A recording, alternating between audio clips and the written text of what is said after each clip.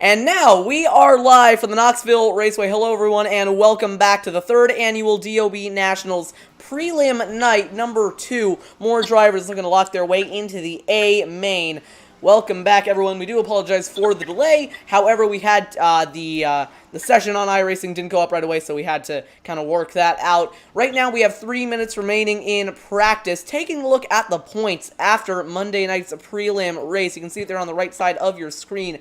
Blake Cannon is leading the overall points. However, what you really want to look at is that tiebreaker, and is the bubble around 16th place. Remember, the top 16 are the drivers that advance into Thursday night's main event. Everyone behind them are out. So right now, Tyson Landis actually owns the tiebreaker spot. That is a mistake on my end. Chris Lacey does not own that spot, but it is a tie between those two. If there is a tie to get into Thursday's feature race, it is determined off of who had the fastest time in qualifying, which right now belongs to Tyson Landis. Matt Dixon is in by almost 10 points, just about 8 points hovering above that bubble, so very close for him. Adam Buchanan just behind him.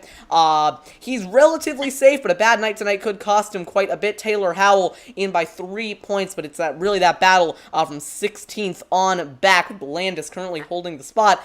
Joining me today in the broadcast booth for tonight's prelim race is Luke Breitschoff. Luke, how are you doing tonight? I am doing great here for the second night of the DOB Nationals from Knoxville International Raceway, or whatever it is, Knoxville Raceway, the home of sprint car racing. I am excited. I hope that all of you at home are as well. Looking at the leaderboard, we'll pull it up in just a moment. It is Hayden Cardwell with the fastest lap time of a 14.874 over Tyler Schell with a 14.889. Daniel Zaegers behind him, that making up your top 3. So a little bit of a different field than we saw last night. More drivers trying to look their way into that main event. It could definitely shake up the standings depending on how they all perform. What you're really looking for to maximize points, perfect points night would be getting on pole in qualifying, winning your heat, and then going on to win the A main. Really, that would be the best way to do it. We have the same format that we had last night, so we're going to start off with open qualifying, 1 car out at a time, followed by the C main if needed, the B main if needed, and finally the A main. But looking at the field, I believe we are definitely going to need a B main. Alright, so ignore that. In the top left, not sure what that is, but now it's gone. Alright, should be able to pull this up in just a moment if we go ahead and press show. Okay, that's not going to work. Just having some technical difficulties here. We'll get it sorted in just a moment. It's definitely a lot harder to set up a broadcast when the session doesn't go up until a few minutes before practice ends, but it's alright. Alright, now we should be able to pull it up. Once again, ignore that on your screen. We're going to go ahead and fix the height, and now, okay, that is not at all the right thing, but we're getting somewhere on, Clicked on the wrong panel. Now, we can take this, and maybe it'll work. There we go. So now you see the leaderboard on the left side of your screen. That is quite large. Maybe we can go ahead and just narrow it down to the top 20. There we go. Make it a little bit bigger, and now you can see the top 20 on the left-hand side of your screen with Hayden Cardwell still leading away, Tyler Schell in second by just about 1/100th of a second. Luke, after looking at what we saw last night in the first, okay, why do more things keep pulling up? Why? Professionalism. Okay. In my defense, this has literally never happened before, and all of a sudden Race Lab Apps is just like, hey, you want a bunch of random text on your screen? Okay. Practice is now wrapping up, so we're going to head on into qualifying. Okay, now there should be just less random things everywhere. Okay, we're all good. Welcome to qualifying for the for the 3rd annual DOB Nationals Prelim Night number 2. I believe the first driver out on track is going to be Colton Hardy. Remember, you are only seeing the top 20 on the left side of your screen. Thank you, everyone, for tuning in tonight. If you're interested in Legends Racing League coverage, you can find that over on twitch.tv/TMG_racing_network. But if you are interested in the DOB Nationals, stick around because we've got that coming up next.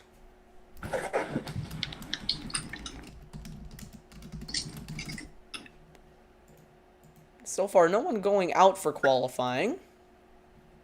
On your end, is anybody going out for qualifying? Am I just like late? I am seeing.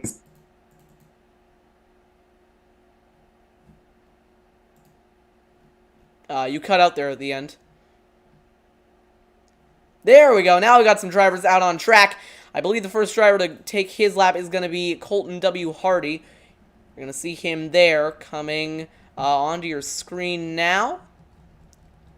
Behind the billboards. Seeing him roll out onto the racetrack, waiting for that green flag command, but then going back into the pits. Okay. So we're going to do this again, I guess. I don't know if maybe they're going to let Dylan Workman go out now. Okay, now they're going to let Workman go out or not because here comes Colton as well.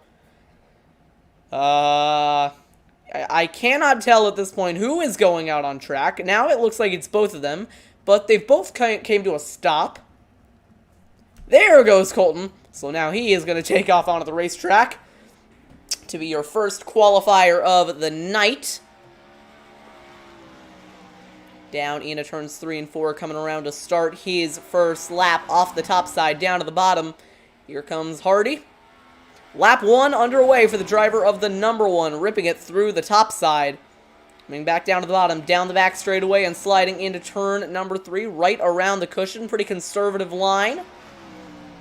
Across the line now, Colton Hardy's first lap is going to be a 15.619. So not really close to what we saw in practice. He's not really sliding out much, getting a lot of off-throttle time. Through 3 and 4, Hardy is going to go to first on the board, but that is because no one else has ran a lap now. Here comes Dylan Workman to set his, to come around to start his first lap of the day. Top side, back to the bottom, off the track goes Hardy. His best lap, a 6.11. Now it is Workman's turn to try and say something about that pole position. First lap set for Workman. Across the line now is going to be a 16.654.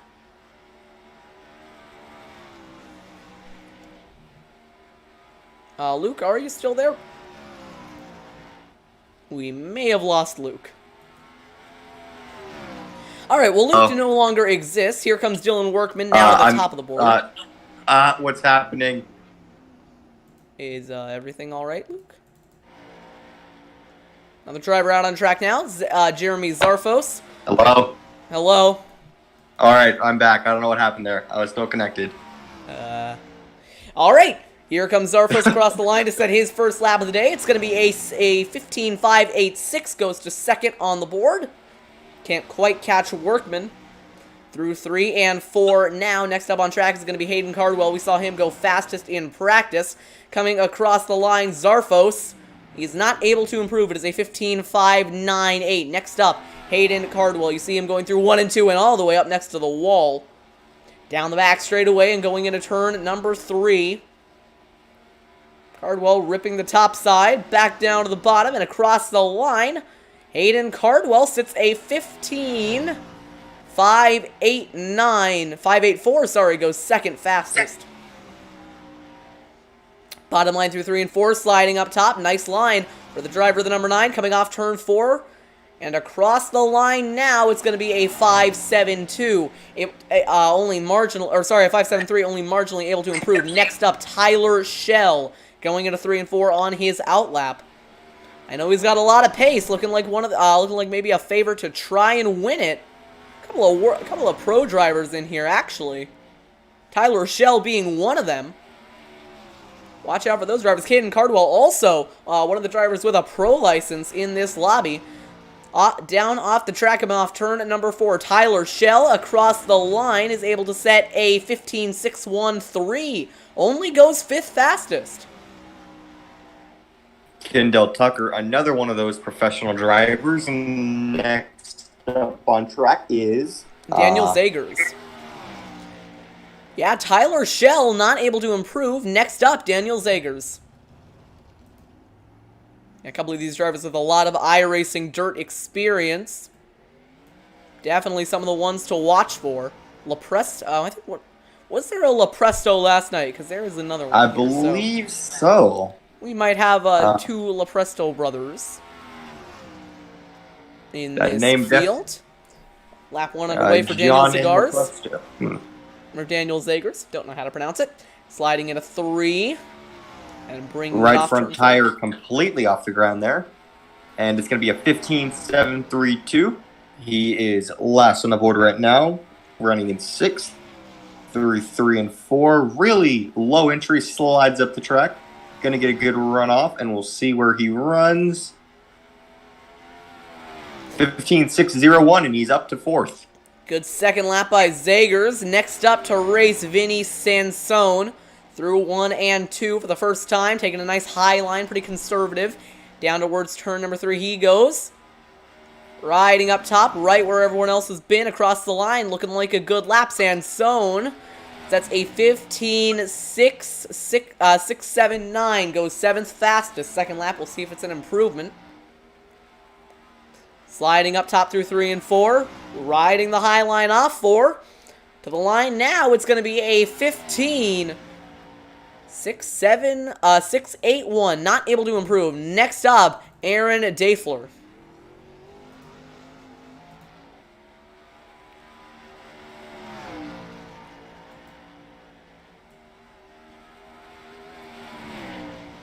Through 1 and 2, Dafler on his first lap. In a 3 and 4 for the first time. Dafler going to come across the line, riding the high line to set a 15.870. Goes 8th fastest. Second lap, we'll see if it's an improvement. Down low through 3 and 4 and swinging up top out of turn 4 to the line. Dafler sets a 15.803. It will not promote him. He stays last. Next up, Cody Olson.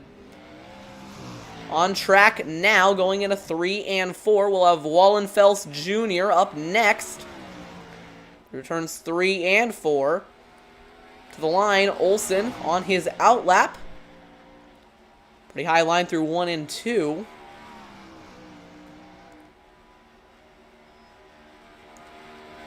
Sliding through 3 and 4 and across the line, this time by. It's going to be a 15.821 for Olson and goes last fastest. Through 3 and 4. Didn't slide up the track much, a tiny bit though. We'll see where it puts him. 15.749, and that'll take him to 8th fastest. Next up on track is Sean Wallenfeld Jr. In a 3 and 4 now. Wallenfeld's going to bring it to the line for his first lap. He will lead 15.868 for Wallenfeld. It'll be next time by. We'll see if he can improve. Slides it through the middle, through 3 and 4. Across the line now. Wallenfeld does not improve. Goes down by about half a tenth. Oh, a little bit more than half a tenth. Goes 10th fastest now. Daniel Heilman on his first lap. Or at least I believe this is his first lap. It might actually be his second. Or it might actually be his outlap. First, you are correct. Across the line now. It'll be a 6.77. Good lap for David Heilman. Goes 7th fastest. We'll see if he can improve this time by. Sliding it through 3 and 4, bringing it to the line. David Heilman sets a 15.693. Not enough to improve on his position. John Kurtz rolling out now. This will be his outlap. As documented yesterday, the longer this qualifying session goes on, the slower the track gets. So don't expect anyone to go for that pole time. I'm not, as John is on his first lap now. That was his outlap. Through 1 and 2. Good runoff exit. 3 and 4. Doesn't slide off the racetrack. He enters high. We'll see where that puts him. 15.815 put him 11th fastest. Through 1 and 2. Once again, doesn't slide off the track any. through 3 and 4. Once again, just running the high line, not really sliding up like everyone else, and it's going to leave him with a 7.35, 9th fastest for John Kurtz. Richie Preston up next. That was his outlap just then, so he's on his first lap of the night. In 1 and 2, going to enter low, drift up next to that cushion, but isn't going to mess with it much. Riding that high line off 4. Preston coming to the line now. He'll set a 15.695. Puts him 9th fastest provisionally. See if he can improve on his second lap. Down to the bottom, sliding it up top through 3 and 4. All the way to the line, Richie Preston. Gonna set a 15.705, not able to improve.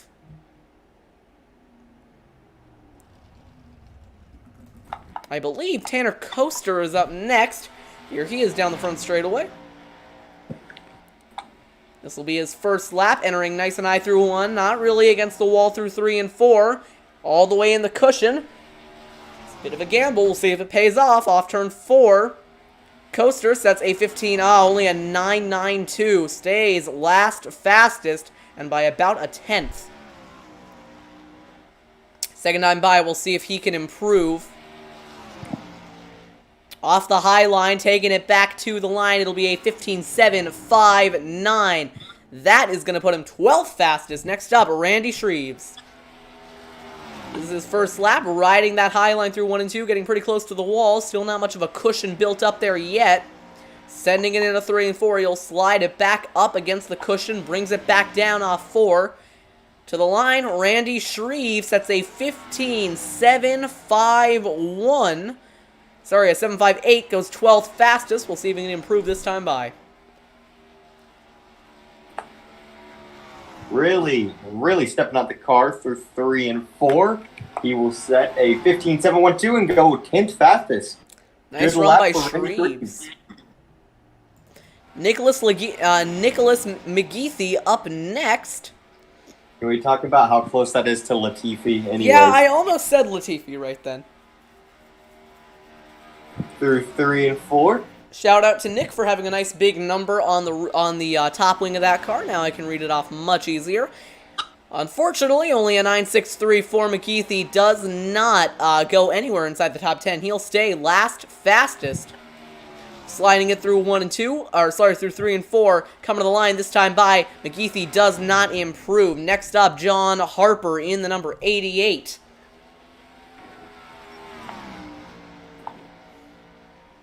Good line through 1. It's looking pretty fast. Down towards turn number 3. Harper up next to the cushion. Slides it off turn number 4. To the line that time by. It is a 15.841, so it will not be last fastest. It'll go third to last. Down the back straightaway, rocketing through 3 and 4. Taking a different line. But he stepped it out just a little bit. That's going to hurt his time. Coming to the line, John Harper sets a 15.871, stays in his position. James Edens up next, one of the pro drivers in this race. Rocketing down the back and towards turn number 3, Edens looking to get inside that top 17, riding the high line off turn number 4.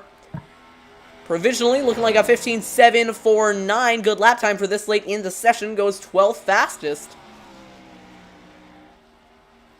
You gotta watch out for him. I mean, he is one of the pro drivers. He's definitely gonna be a threat. Sending it off turn number 4 to the line. A little bit of an improvement. He will make it a 7.36. Not able to improve.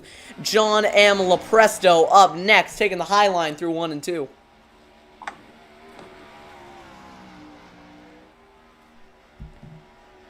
Nice white big number. Easy to see that one as he comes off 3 and 4. First lap's going to be a 7.37. It's going to put him at 13th fastest. I gotta say, this could be a really good opportunity for some drivers trying to make it big on iRacing, to kind of try and prove to the world, hey, I'm faster than some of these pro drivers, so maybe take a chance on me. A 7.24 is going to put him 11th fastest. And he is one of those drivers who is able to beat one of the pros. Next up, Sam J. Price going out for his outlap. Really good run by Lopresto. Off turn number 4, coming to the line. That'll be his out lap, entering low and swinging high for turn number 1. Down the back straightaway and towards turn number 3. Remember, the pole sitter gets 200 extra points. Turn number 4, and coming to the line, it'll be a 15.818. Goes 17th fastest.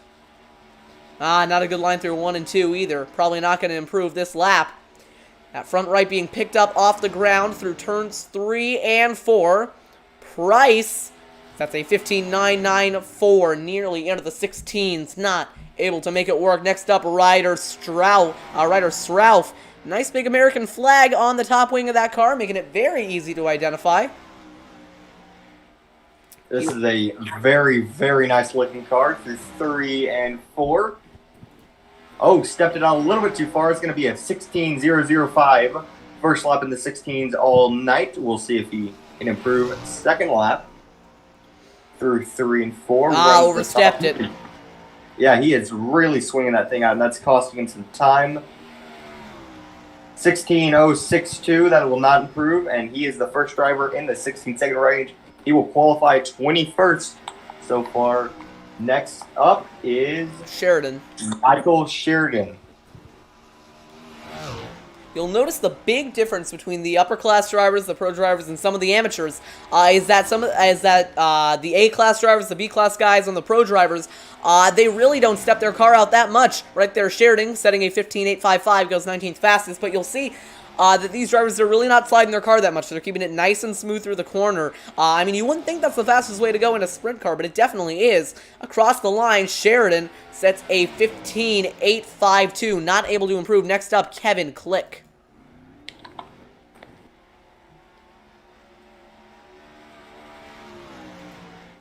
Through, I believe, 3 and 4, he's going to set his first lap time. Nope, that's his out lap. Nice bright blue car, easy to identify once again. Towards 3 and 4, kicking up some dust, sliding up into the cushion. Pretty smooth line. We'll see what kind of a lap time this gets him. Coming across the line now, it's looking like a 15.834, goes 18th fastest. Through 3 and 4, really riding the cushion throughout the entire corner of that lap, and he's not a bad idea. Going to give him a 15.838, almost improved, but no improvement on the lap time, no improvement on the position. So next up, it's David Flick. So from Kevin Click, we go to David Flick through 1 and 2, riding that high line. Pretty good line, if I do say so myself. Didn't get the car very loose. You're going to see the same thing through 3 and 4. Very consistent. This could be a good lap time. Across the line now, and I believe he is into the 15.7s. Yes, he is. It'll be a 7.57, putting him up into 15th. Now, that is definitely defying the trend we've seen of drivers going slower throughout the session. You can see he's trying a different line, and it's working out for him. It's going to be back-to-back laps in the 15.7s. He is able to go 15th fastest. Steven Goldner up next. A nice big number on the top wing of that car. I don't know if top wing is the proper term, but I'm going to keep using it. Good consistent line through 3 and 4. Not a lot of counter steering. And to the line, only going to be a 15.915.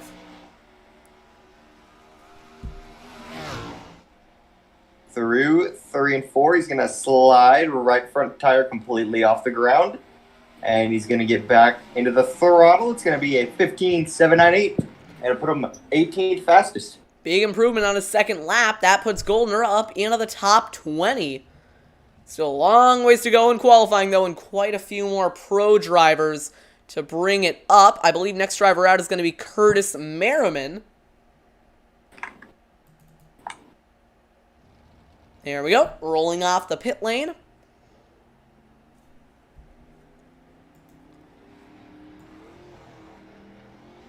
Right after this, right after qualifying, we're going to go ahead and bring you the C-Main if we need it. I do think we will. Coming to the line to start his lap is Curtis Merriman, and sliding it through 1 and 2 all the way up top.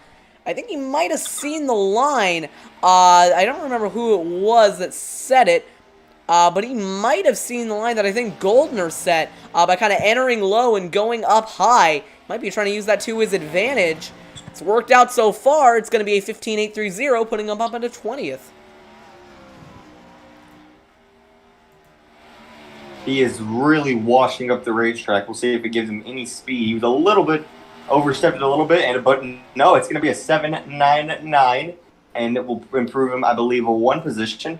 He will sit in 19th place. Next up is Brad Faria. Very interesting car, for sure. I cannot see the number on it as he heads down the backstretch into 3 and 4. Coming to the line now, Faria is going to set a it's going to be a 16.090, goes 27th out of 27th fastest. Kind of surprising, he's one of the A-class drivers in the field. I mean, it's a really competitive class in this race. We've seen it be very, very competitive. It's going to be a 16.1 next time out. Dustin Shreve's going to be next to set a lap time. Right now, the pole sitter is actually a B-class driver, so that just kind of shows you license class does not equal speed. Not even, not really in the slightest. B-class with a 2,300 I rating is beating a professional with a 7,200. So impressive there. First lap from Dustin is a 16.061. I believe Dustin. Does Dustin have? I believe Dustin might have a brother in the lobby of Randy Shreves. I don't know if they are related or not. Interesting to see if they are or not. Shreves able to improve on his second lap, goes 25th fastest. It'll be Cameron Merriman up next. Another professional driver with a 7,100 I rating. It should be fun to watch. He's definitely evolving his line. That's what the pro drivers do best. They're able to kind of conserve their momentum through the corner. Down low, it's looking like a good lap. A little bit of a bobble through 3 and 4, but it's going to be inside the 15.7s, promoting Merriman up into the top 20. He goes 17th fastest. Yeah, 7.1 KI rating. It's showing. This late into the run, it's very rare that we see a lap time that good. Kendall Tucker, another one of the pro drivers, up next. Yeah, same line of kind of entering low and exiting high right next to the cushion. It was looking fast through 1. Ripping the top through 3 and 4 and exiting low, kind of the reverse of turn 1. We'll see how this line works out. To the line, it's going to be inside the 15.7s. Inside the 15.7s goes 8th fastest for Kendall Tucker. But he's still got one more lap to try and improve. Not a very good turn 3 and 4, though. A little bit of a bobble on the apron. That is going to be a 15.850, and we'll keep him 18th fastest. Next up, Aaron Shaffer.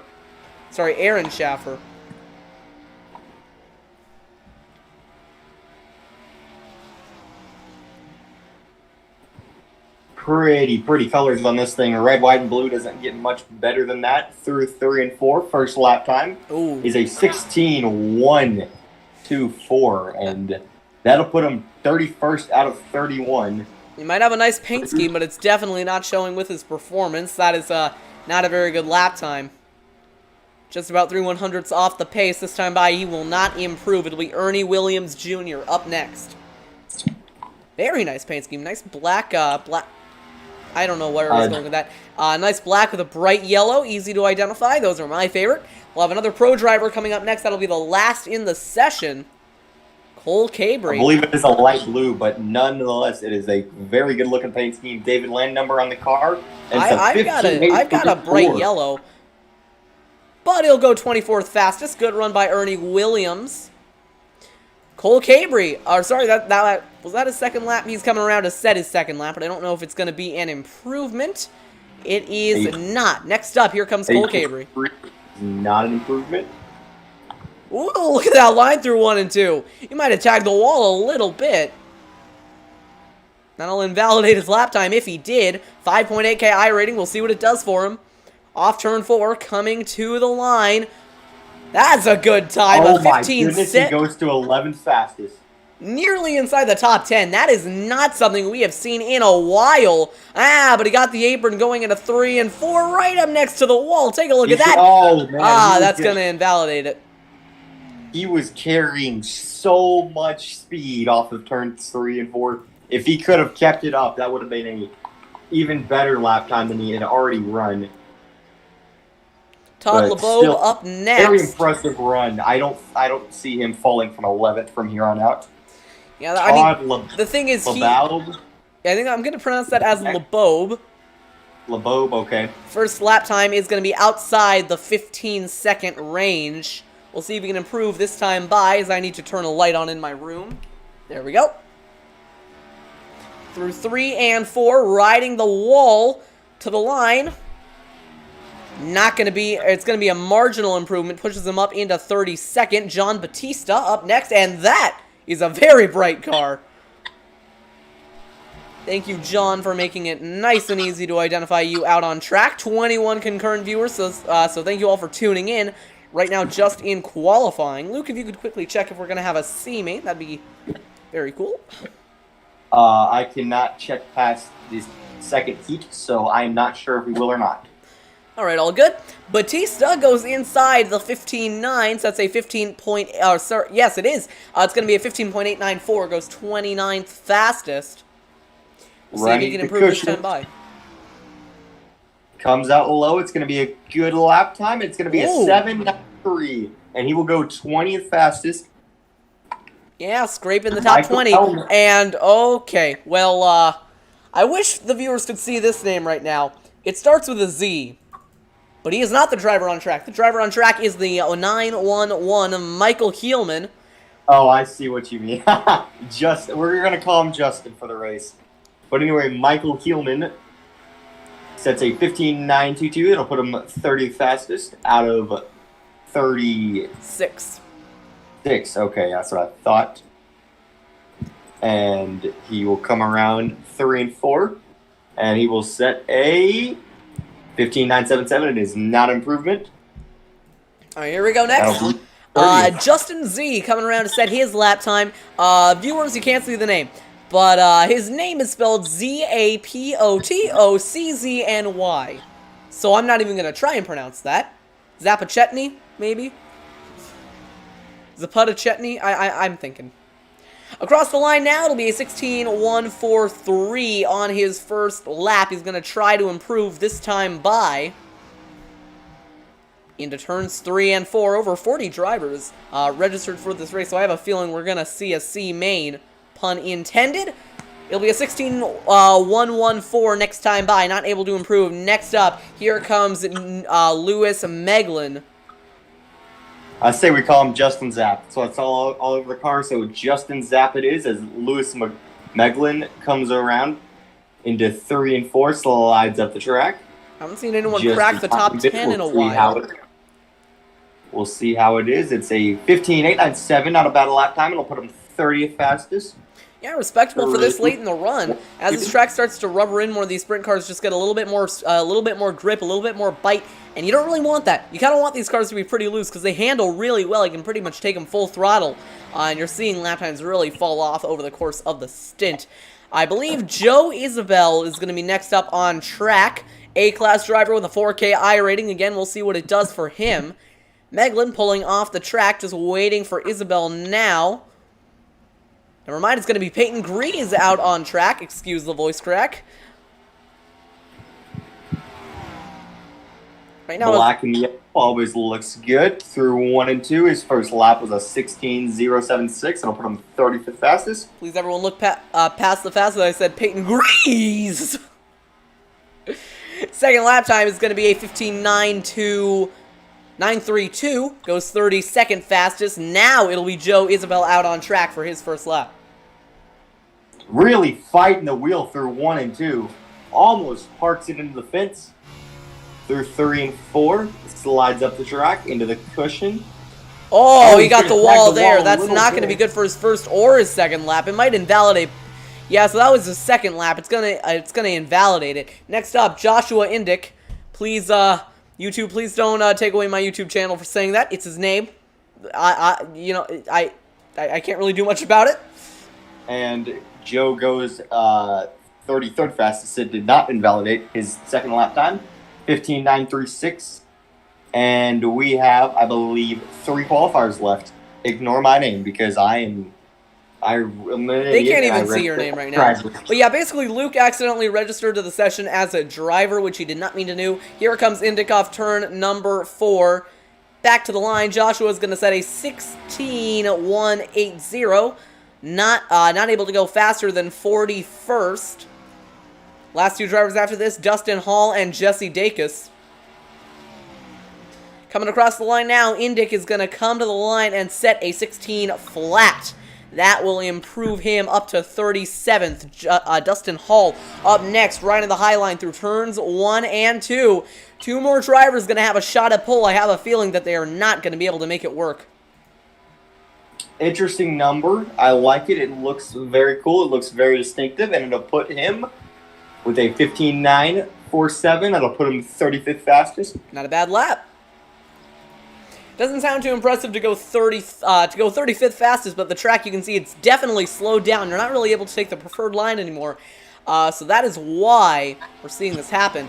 Huge shout out, though, to John Batista, because he ran way late in the run and was able to make it up to 20th. One more driver going to have a shot at pole, Jesse Dacus, riding the high line through 1 and 2 and coming off the top. It's going to be a good lap, I think. But, I mean, it's going to be good for this late in the run. Not exactly going to be good for all of qualifying. I believe Workman is a lock for the pole position. Pretty solid coming off turn number 4. It'll be a 15.847, goes 28th fastest. So a very good lap time, but not enough to put him inside the top 20. Barely enough for the top 30. Across the line at this time by your 43rd qualifier is going to go with 15.892. The number, the 05 of Dylan Workman is going to be on pole position for the race, or at least for his heat.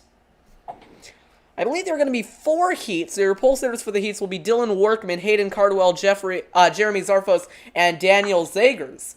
However, the driver who will be walking out of qualifying with an extra 200 points is going to be Dylan Workman. So qualifying is now over. I believe that in just a moment the admins are going to advance the session.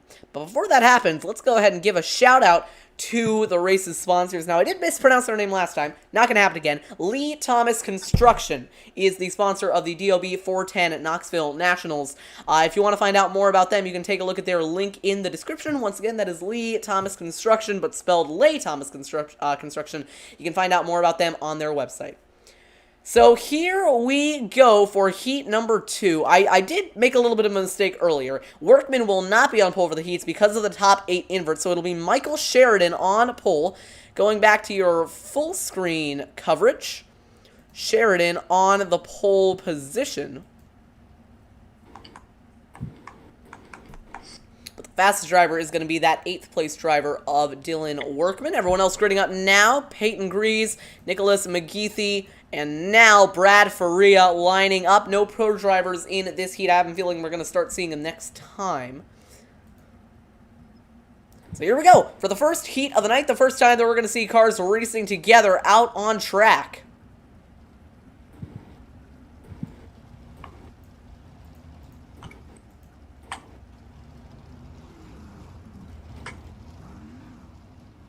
Two laps until we go green, as mentioned. Michael Sheridan, it grabs the pole after qualifying. I'm not sure where, but it was good enough to put him on the pole for this one. Well, the thing is, there's a top 8 invert, so... Right, so yeah, that's what I'm saying. I don't know where that would have been. Probably around 16th, maybe. Yeah. Alright, I believe the pace truck is going to go off next time by. So we're going to have 1 lap of pacing. Sorry, 2 laps of pacing, and then we're going to get this heat race underway. As a reminder, caution laps do not count.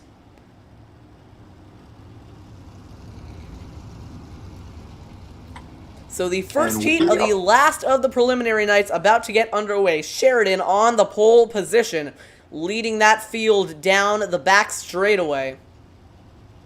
Here we go. We should be in for a good race, so strap yourselves in, race fans, because we are in for a show. Off turn number 4, the pace truck is going to make that left turn into the pit lane in just a moment. From the lead, Michael Sheridan. is going to stack him up and light him up. Green flag is in the air. We are underway in the heats, and already they are stacking up behind. Into the wall goes And that's the 97, Tanner Coster. Got put it into the outside wall. We stay green.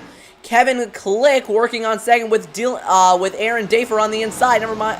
That is Dafer taking the spot. Click fighting back on the outside. Field's starting to spread out. Big dive by Click up the inside. Sliding in front of Dafler, puts him into the outside wall. Back down in front of traffic. We got a big crash in 3 and 4. And I am expecting no caution yet. I think we might be going caution-free in the heat races, which I gotta be honest, makes me happy, because this race has been going on for a while, and we haven't even started the racing. Battle for second, here comes Kurtz on the inside of Kevin Click. Kurtz gonna take the spot, Click gonna cross him over on exit. That's what we're gonna see pretty much all night long. Side by side, going into turn number 3, big dive by Click, gonna clear Kurtz back to the inside. Battle really exciting for second. Remember, the winner of the heat, I believe, is going to walk away with an extra 100 and points. There's the caution. There, now we got a caution out. Not sure. Oh, and it's for Peyton Greaves. Upside down on the back straightaway, bringing out the caution. I'm expecting an EOL here for Peyton Click or Kevin Click in the 23. Why would he get an EOL? I will update you on that, but after the unclear slide and what I saw yesterday, I would not be surprised if we got an if Kevin got an EOL here. I will keep you updated on that. All right, so we'll take a look at what happened to Peyton Greaves. Coming off turn number 4, racing alongside McGeethy. He just tried to stick it alongside when there really wasn't the gap there, and then iRacing guardrail glitch just kind of happened, and he got flipped over on the exit of turn number 4, bringing out the first yellow flag of the day. But I believe the lights are still on the pace car, so we will be staying under caution for another lap, which is a good time for me to remind you that this race is sponsored by Lee Thomas Construction. You can go ahead and find their website in the description to find out more about them. Once again, that is Lee Thomas Construction, spelled Lay Thomas Construction. Thank you to them for sponsoring this race, but not sponsoring TMG. We do have to make that distinction, at least I think we do. I don't know. I'm not a lawyer, but we're going to go back green next time by. I was about to say that, so good job on that. We are not and I'm not even a part of that. Yeah, Jonathan is not sponsored by them, so yeah, they're sponsoring the race. That's pretty much it. And we're going to go green this time by. No EOL coming for Kevin Click. Yeah, it doesn't really surprise me. He didn't really cause a wreck. He more just kind of did a block. It's allowed. It's oval racing. Kind of stuff you like to see. And then he kind of caused like a 5-car wreck after that. But that did happen. We don't talk about that. It's all good. Like you said, it's short track racing, as quoted by Denny Hamlin from 2019. And we are about to get back going racing. Michael Sheridan is in the lead. Sheridan going to bring it off turn number 4. He's going to stack him up and light him up. Green flag is back out. Already they're battling for second. Kurtz and Click going side by side. Kurtz going to get the spot. Click behind. Meanwhile, in the back of the pack, that's Faria holding on over Coster going into turn number 3. 3 wide in front of him. As Workman looks to the inside, he's not going to get it. And Cardwell behind. I believe that was Tanner Coster. He was able to get it back going. Meanwhile, watch for the 05 of Workman. Remember, he's in theory the fastest car here. That's the second time tonight that Workman's been in the wall, so that's unfortunate for him. Watch the transfer spot. Right now it's between Workman and Preston. Remember, these two going to be... remember that if you get inside the top 4, you are locked into the A main. Everyone 5th on back gets put into the B or C main. Car in the wall in front, I believe that was Click. Down the inside goes Workman trying to take advantage. A little bit of contact. He's going to slide off the corner. Here comes Preston. Preston's going to slide to the inside, and he's going to take the 4th position from Workman. Good move by Preston. Now 2 to go. The battle for the transfer spot rages on.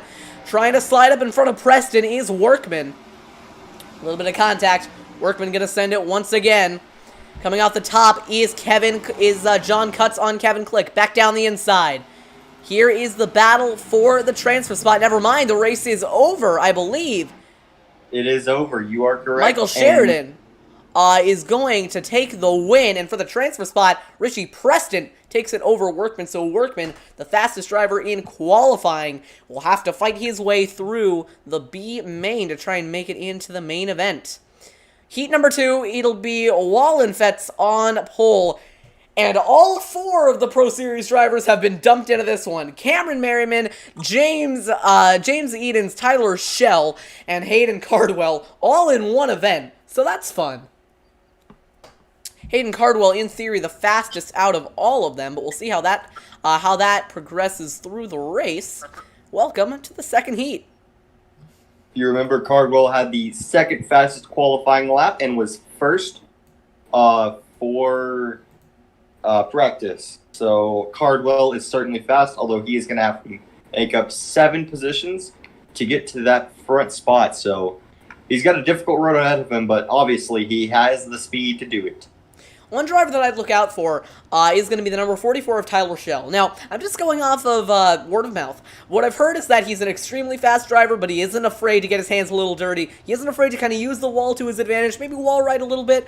So it'll be interesting to see Tyler Schell, what he decides to do in this race. So we'll be starting on the inside line.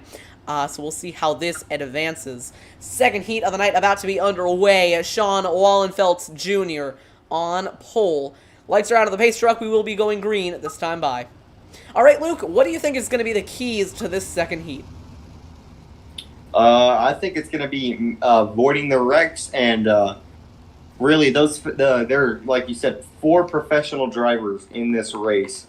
So everyone up front, no need to discredit them, but obviously they're not professional drivers. They're not racing for, I believe it's 10,000 for the World of Outlaws. So they are probably not going to be as fast, so it's just going to be interesting to see the professional drivers will work through traffic as we're getting ready to go green. Yeah, here we go. It'll be Wallenfeld on the pole position, going to stack him up and light him up. Green flag is back out.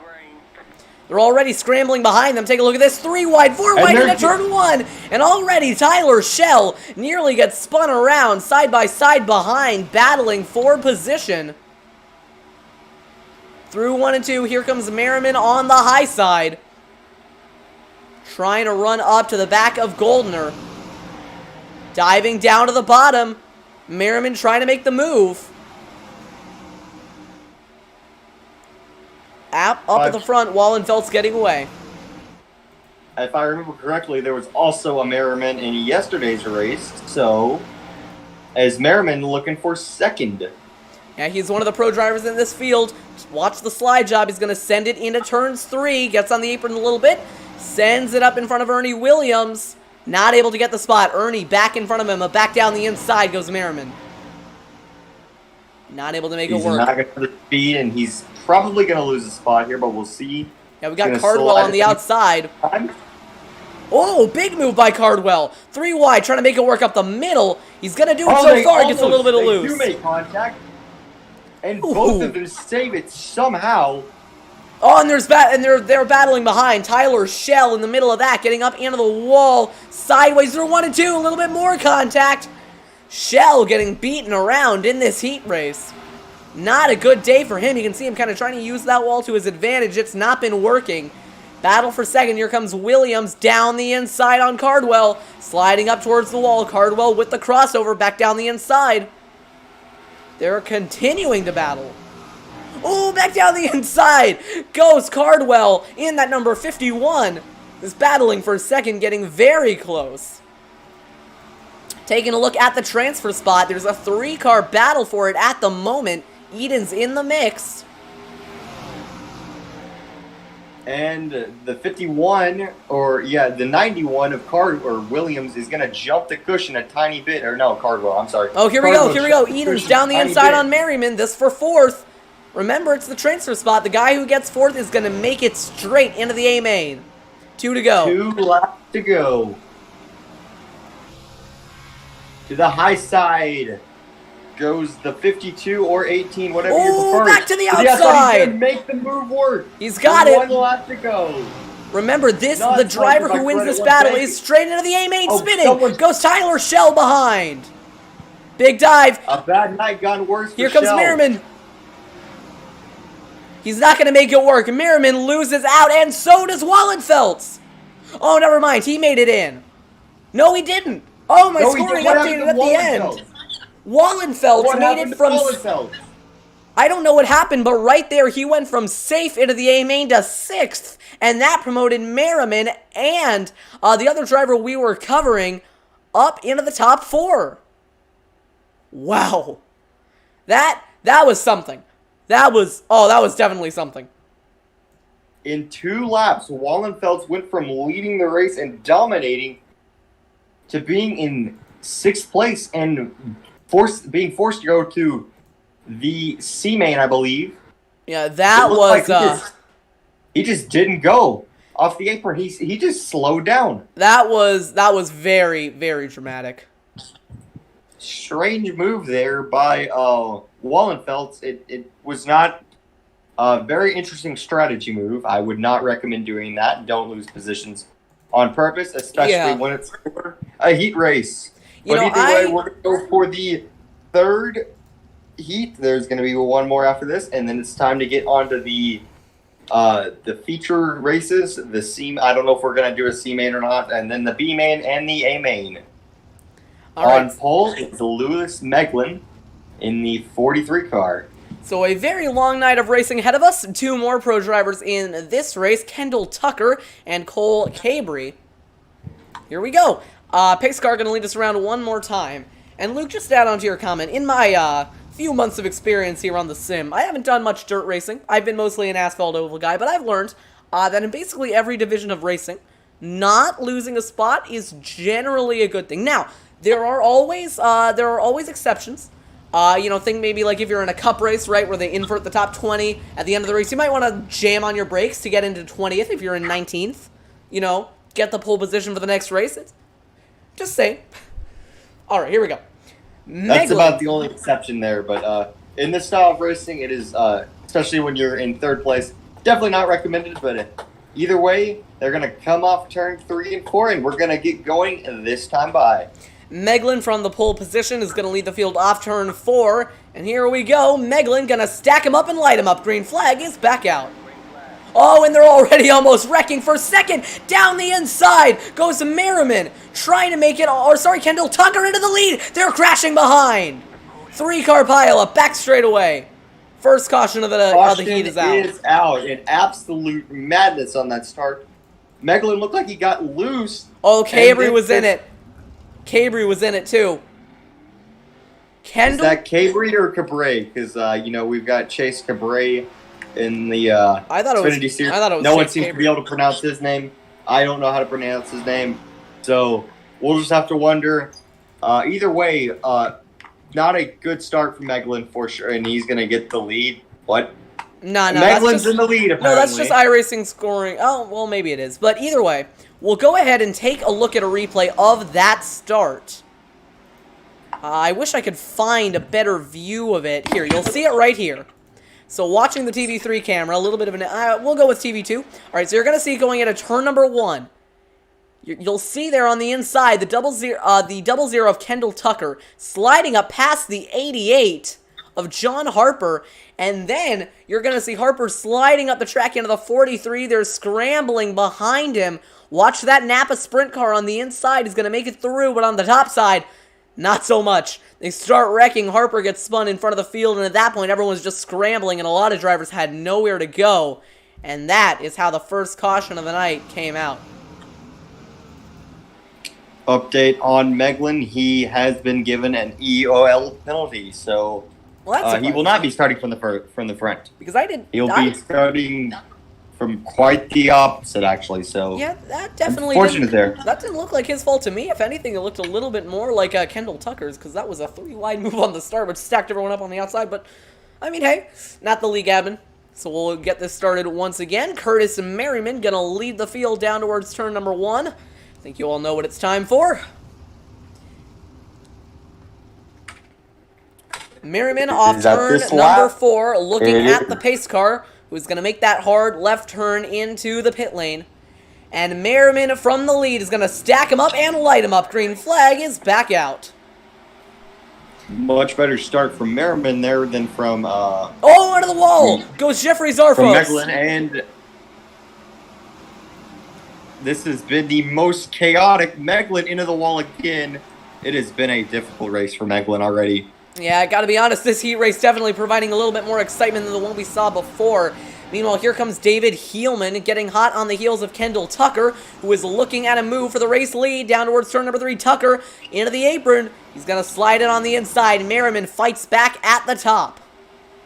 Tell you, these pro drivers, they are not easy to battle with. They are just so perfect. I've had my experience of doing it before. I was lucky enough to battle against, God, now I don't remember his name.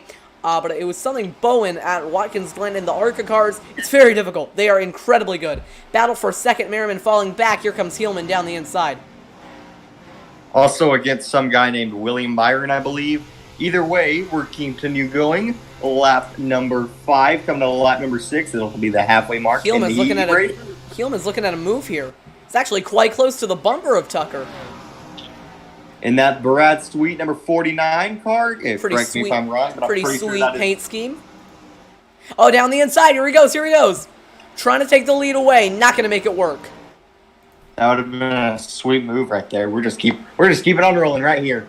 But anyway. Oh, down the inside again. The lead, I think. A little bit of contact. Tucker tried to cover off that inside line. Heelman was having none of it. Almost slid into the side of Tucker. I think Heelman's got more pace. You just got to be patient with it. Down to the outside now. He's going to try and make the runoff 2 work. Nice run. That looked like the Martinsville move. I've never seen one of those moves at Here he goes. Knoxville. As Heelman now coming down to the bottom. He's almost going to clear him. Slide job. Slide job. Oh, and the caution is back out. Caution is out for, looks like John Harper. And he is still flipping. Aaron. Oh my goodness. Who is? Yeah, not good for those two. We'll go ahead and set it back just a little bit. Taking a look at the 88 of Harper. You'll see him into turn 3.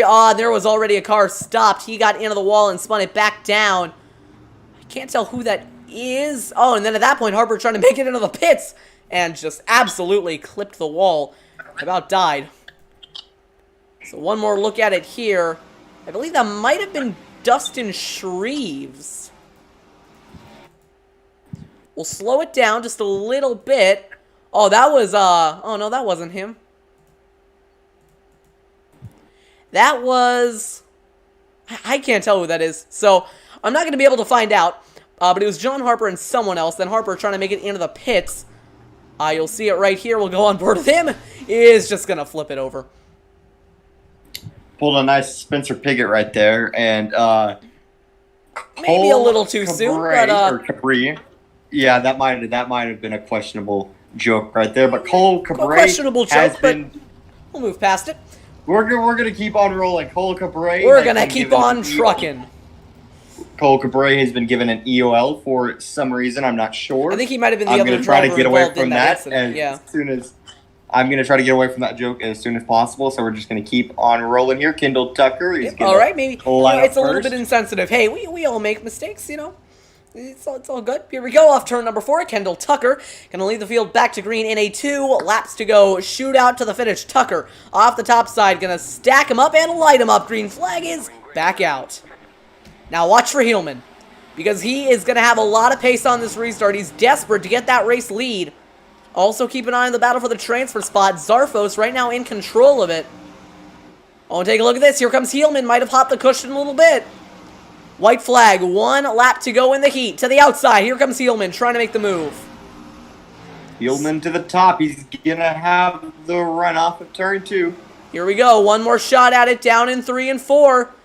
Big run to the bottom of the track. Not going to make it work. For 5th, Zarfos going to hold on. Coming to the line. And at the line, Tucker gets the spot over Heelman, but a very close finish in the end.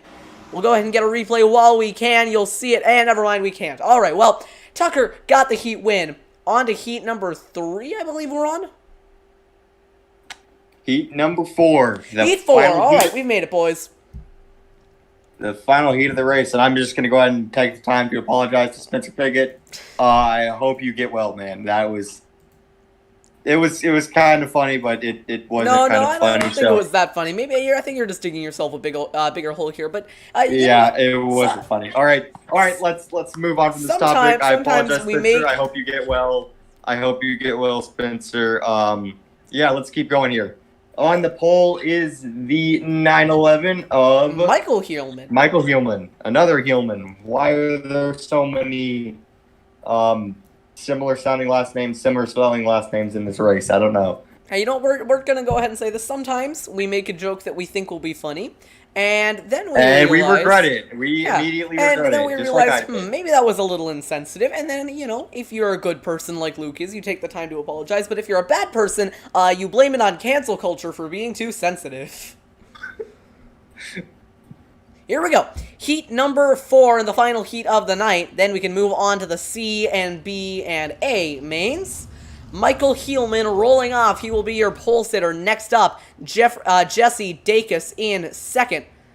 This is going to be a very fun fight to the finish. Hopefully we can make it green all the way, because we have been here for quite some time. Already over an hour, so thank you everyone for sticking with us. And if you do decide to watch the DOB Nationals, maybe stick around on TMG, because we cover a lot of very exciting series, except for the Legends Racing League Classic Truck Challenge. That one has not been fun at all. This guy named Eric Heater keeps winning, and it's getting kind of old. But anyway, we've got one more lap until we get going green. No professional racing. Although speaking of the Legends Racing League, I will say their Street Stock Series always tends to put on a very good show. And if you want to watch that, you can go ahead and go on over to twitch.tv/TMG_racing_network. However, I do believe that race has just wrapped up. I don't believe they are still live. Yeah, so I'm not sure who won the race. I'm going to go ahead and try and find out. Unfortunately, we were not able to cover that because of the DOB Nationals. Here we go. Pace truck is off, and Michael Heelman from the pole is going to stack him up and light him up. Green flag is back out. Oh, and they're wrecking already! Spinning and catapulting through the air is John LaPresto. And he is out of the race already. I jinxed it. I said that we were going to be able to make it green, and unfortunately we've had a caution before the race even got underway. So the yellow flag is out already. This is not a promising sign. You got to feel for LaPresto as well. He just got his race started, and already it's over. Spinning and barrel rolling through the air. Looks more like a fighter plane going down than anything. Doesn't really look like a sprint car. All right, one more look at it. Just a little bit of contact on the restart. He's going to get hit up into the wall and just gets launched into the air. Oh, dear. That is not a good sight to see. But as previously mentioned yesterday, it's a simulator. So as long as he doesn't have a rig that breaks while he's upside down, he should be just fine. So anyway, that's good news, all right? Well, that's what we need, like ultra-realistic simulators. Like they can have like, some of those like boxing gloves all around the rig, and if you start flipping over, they just start punching you in the face. Realistic pain. That sounds great. Like a questionable use for your money. But either way, we are going green this time. Bye. All right, Michael Heelman with that wicked energy number 911 sprint car is going to take the field through this lap, and off turn 4 we will be going back green. So hopefully we can make it a little bit longer than we did last time. Granted, that is not a very high bar.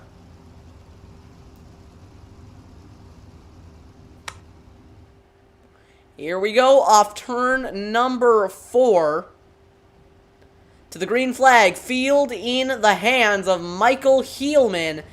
He is going to stack him up and light him up. Green flag is back out. They're almost spinning behind, but they keep it clean through turn number 1. Heelman getting away well. Now here comes David Flick. Never mind John Batista coming on the outside, trying to make up some ground. Very nice paint scheme. We know he's got quite a bit of pace. He was able to make a really good lap time late in qualifying. Back down to the inside on Jesse Dacus. Side by side for second. Batista making up a lot of spots down towards turn 3. Batista gonna make that pass work. David Flick holding on to your final transfer spot, and he almost spins out, and he's gonna lose a lot of momentum. Just as I was saying, it looked like he was gonna be fine. He does make a mistake, and he is gonna be hounded by about 4 different drivers now. As they make contact, and there is a wreck. Is there a caution? No caution yet. What are you looking at right now? The battle for 4th. Oh, there was yeah, I was 2 focusing drivers. on the leaders, and I'm like, wait, what? Anyway, there were speaking 2 drivers who made contact. I'm not sure who they were. One of them almost got airborne, but no caution. Interesting. iRacing cautions kind of broke.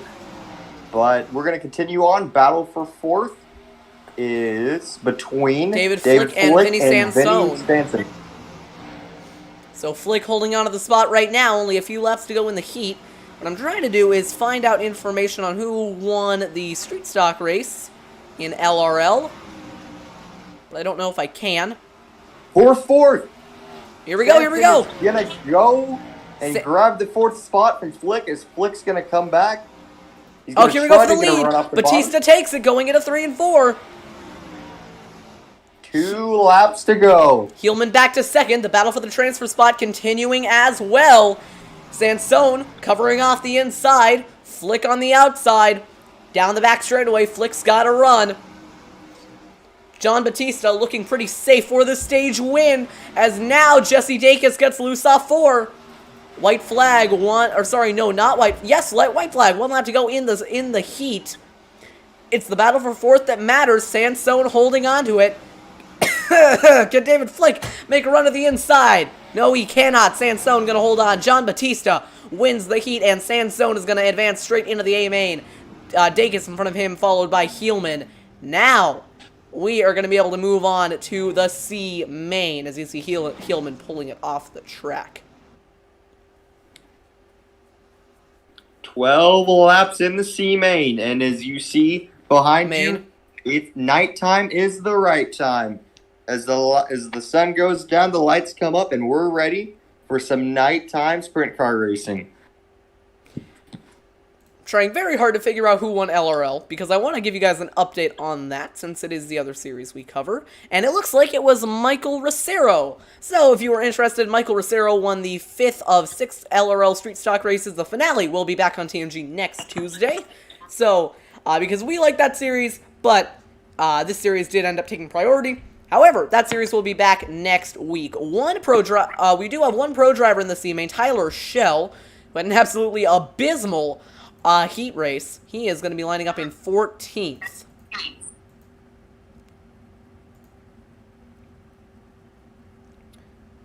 Alright, hopefully this race gets on a little bit cleaner than the heats. Just waiting on everybody to grid up. Still a couple of drivers who haven't. Come on, guys, let's go.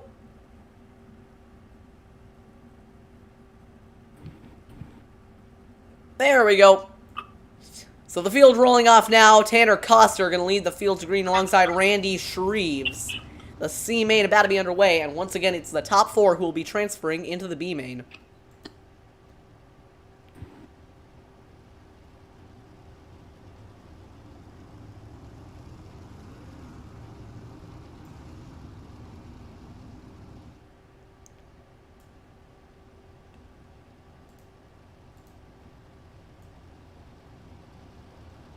One lap to green, or 2 laps to green. I'm sorry, I saw lights out, and I'm used to seeing all lights out for a start, but not. Yeah, we're gonna have it this time. Not on a normal start. That's just a restart. So 1 to go this time by Tanner Coster is going to lead the field of green, followed by Randy Shreves and Joshua Indic. Watch out for Sanjay Price as well, starting in the 8th position. He is, in theory, the fastest car here on paper because of that top 8 invert. So we'll see how this works out. Also watch out, I don't know if there is a top 8 invert, so disregard that statement. Also watch out for John Lopresto because he looked very fast in qualifying. Pace truck gonna pull off. Field now in the hands of Tanner Coster. Off 4, he's gonna stack him up and light him up. Green flag is back out. And already Tyler Schell not having a very good start in the back. A little bit of a bobble off the start of the field, fanning out through turns 1 and 2. 3 wide in the back. Going through 3 and 4 for the first time today, it's Tanner Coster leading the field off. Back to the line. He will lead lap 1 of the C-Main. Coster not running the wall like many of his Oh my goodness, Tyler Schell! He found a gap on the outside and barely made it work. He is up into 8th and really making that high line work. Oh, and he just put somebody in the wall. I think that might have been Indic. Yes, it was. Tyler Schell really aggressive on that outside cushion. It's working, but it certainly isn't pretty. Just getting so much closer to that wall than anyone else, though. On one hand, it's awful to watch him just because of, I mean, he's tearing, in real life, he would be absolutely tearing up this car. And caution is out. Oh, but we do have a caution. I believe it was it might have been Stroup who caused the yellow flag. Yeah, I do believe it was him. Looking back a little bit, well, nah, he was net coding a lot. I can't really tell who it was. Might have been Mcmeglin. Mcmeglin off 4. Just spun it on the front straightaway, yeah. Oh my goodness. iRacing wall physics, you never disappoint us. And now that we are under caution and in the C-Main, it would be a good time to remind you all that today's race is sponsored by Lee Thomas Construction. You can find a link to their website in the description where you can find out more information about what they do. Thank you to them for sponsoring this event, but not sponsoring TMG, because we are 2 separate entities. Luke, the one thing that I've noticed from this heat is Tyler Schell being incredibly aggressive. What do you think about his driving style so far? Well, it's getting him closer to the front, and as you said earlier, he's someone who's not afraid to use the bumper or the fence to his liking, but he is obviously very fast, and his safety rating would say likewise. He's only a 2.1, but obviously almost a 7,500 iRating. So clearly the man knows what he's doing. He's obviously about 1,000 times better than I am, so... You know, whatever works, I guess. I mean, that's just... He's up 7th after... Or he's up... Yeah. I'm not sure where he's at, because iRacing... Yeah, just iRacing. I don't know where I was going with that. In a way... iRacing heat lineups, so... you know, if it works for him, it works for him. And... Yeah. Like I said, he's way faster than I am. And I cut you off about 10 times there. I'm going to go ahead and let you speak. I'm just going to say that, in a way, it's kind of just his driving style, you know, throwing it in every corner, not really caring if he gets up into the wall, bends up some other cars. In the end, it's over racing. You got to do what you got to do. So coming back to the green, Tanner Coster leading the field. Pace truck is off. Coster going to stack him up and light him up. Green flag is back out. Coster gets a good jump, but something he's doing that really no one else. Here comes Schell again. Outside goes. Tyler Schell, yeah. He's trying to make it... Oh, very loose in 3 and 4. A lot of positions that lap. And he's going to be up into the 4th or 5th position. He's on a mission right now. Gordon's 4th right now, and he went from 7th to 4th. Oh, on the outside! Into the outside wall! Goes that other driver and up and over down the back straightaway. Randy Shreves on his lid. Caution is out. And Randy, from the highest of highs to the lowest of lows, before that he was running in 2nd place.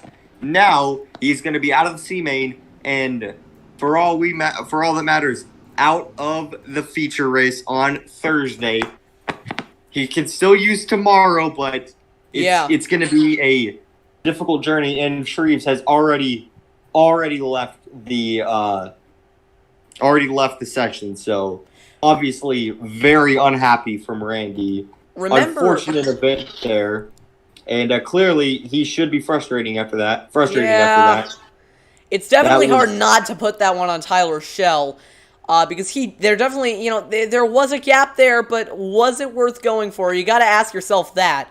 We'll try and ride on board with Tyler Schell. I mean, you can definitely see what he was doing. I think you're gonna see it next time by. Nah, never mind. Next corner. Oh, no, maybe you will see it here. Yeah, I mean, you can definitely see there was a gap there. He was there in one hand, but on the other hand, I don't know. It's tricky to get. It's tricky to decide. But at that point, Tyler Schell just kind of, oh my goodness. I never realized this, but Tyler Schell effectively mounted Shreves going down the back straightaway and hooked him up into the outside wall. Yikes. Yeah, I mean, that's kind of the thing, you know. On one hand, there was a gap. You can't blame Schell for going for it. He's a racer. He's got to do what he's got to do. But, I mean, look at this. Oh, dear. You're going to see that. And Schell is going to pay the price. He was given an EOL penalty there.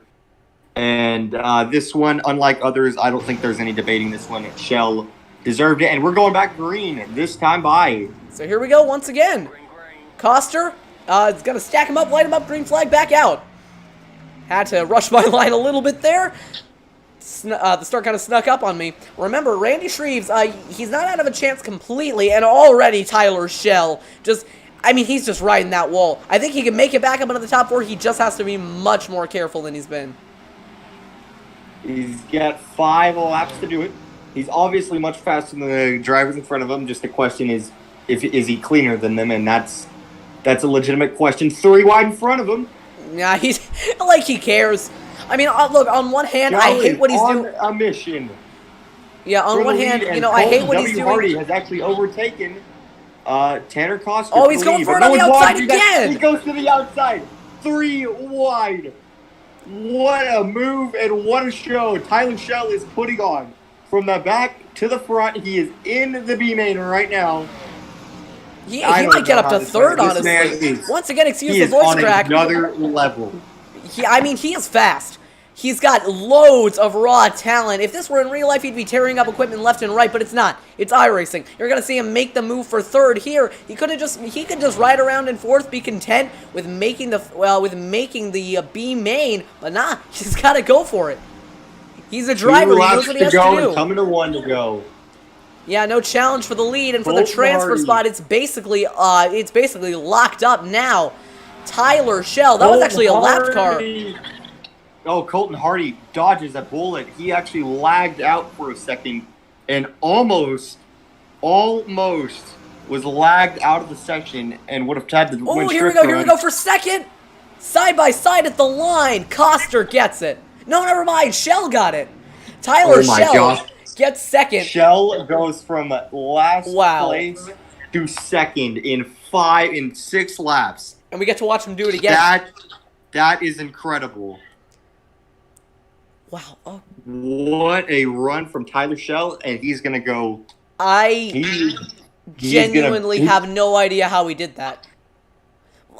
And you know what the best part is? We're going to get to see him do it again. And we get to watch it again. And what do you want to bet he's going to make it into the A main? I mean, if he makes it there is no doubt in my mind Tyler Schell makes it to the A main. How he does it, I have no idea, and I cannot wait to watch. Tyler Schell has made this entire race worth watching. It might have been going on for a while, but it's made the entire thing worth watching. I mean, it's incredible. You know, in a way, he reminds me of kind of like a Tyler Reddick type. He's just able to get right up next to the wall. He's able to use basically the most out of his race car that he physically can. It's a style you could really only use on dirt, and he's been making it work. So it'll be Tyler Schell and Cole Cabrini, the 2 pro drivers in this race. Everyone else B and A class. Watch out for that Interstate Batteries 44. He is going to be a menace. But starting on pole is going to be the 05 of Dylan Workman. He is going to be fast as well.